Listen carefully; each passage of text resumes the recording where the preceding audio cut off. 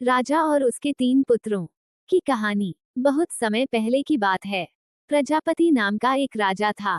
उसके 3 बेटे थे। राजा अपने तीनों बेटों में से किसी एक को अपना उत्तराधिकारी बनाना चाहता था, पर किसे बनाया गया ये राजा को समझ में नहीं आ रहा था। फिर राजा ने एक तरकीब सोचा। एक दिन उसने अपने तीनों पुत्रों को अपने पास बुलाया। तीनों पुत्रों से राजा ने पूछा कि अगर किसी अपराधी को सजा देनी होगी तो तुम उसे क्या सजा दोगे? सबसे बड़े राजकुमार ने कहा कि मैं उस अपराधी को मौत की सजा दे दूंगा। दूसरे राजकुमार ने कहा कि मैं तो उसे जीवन भर के लिए अंधेरी कोठरी में बंद करने का आदेश दे दूंगा।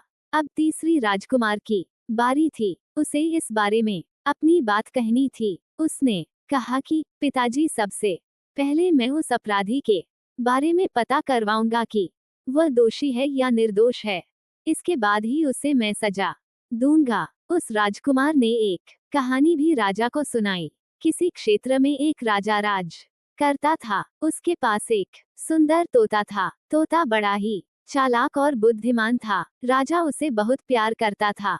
एक दिन की बात है, उस तोते ने राजा को कहा कि मैं कुछ दिनों के लिए अपने माता पिता के पास जाने की इच्छा रखना हूँ। तोता की विनती सुनकर राजा ने उसकी बात मान ली और उसे 5 दिनों के लिए आजाद कर दिया। तोता उड़कर अपने माँ बाप के पास पहुंच गया। 5 दिन के बाद तोता वापस राजा के यहाँ लौटने का सोचने लगा।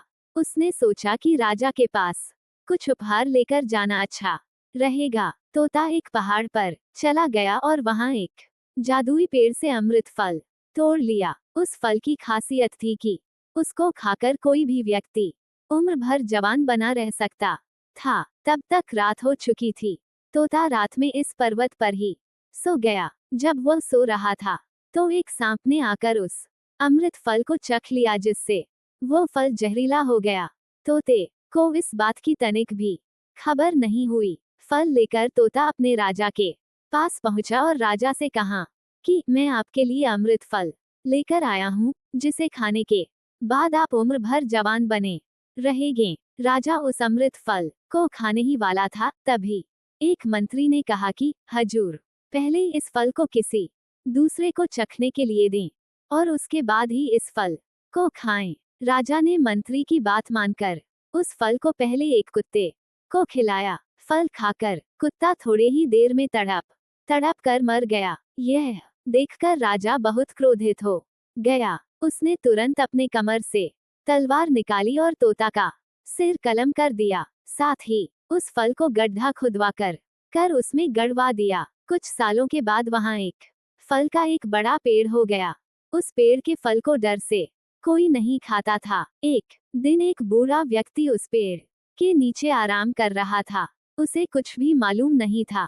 उसने उस पेड़ के फल को खा लिया। खाते ही वह अब बूढ़ा व्यक्ति से बिल्कुल नौजवान आदमी बन गया। इस बात की जानकारी जब राजा को हुई तो उस राजा को बहुत पछतावा हुआ। उसने सोचा कि उसने तोते को अपनी सफाई देने का मौका भी नहीं दिया और तुरंत उसे मौत की घाट उतार दी थी, जबकि वह फल सही में एक अमृत फल था। राजकुमार की इस कहानी को सुनकर राजा बहुत खुश हुआ और उसे अपने राज्य का अगला राजा घोषित कर दिया। इस तरह ये कहानी सफलता की सच्ची कहानी है।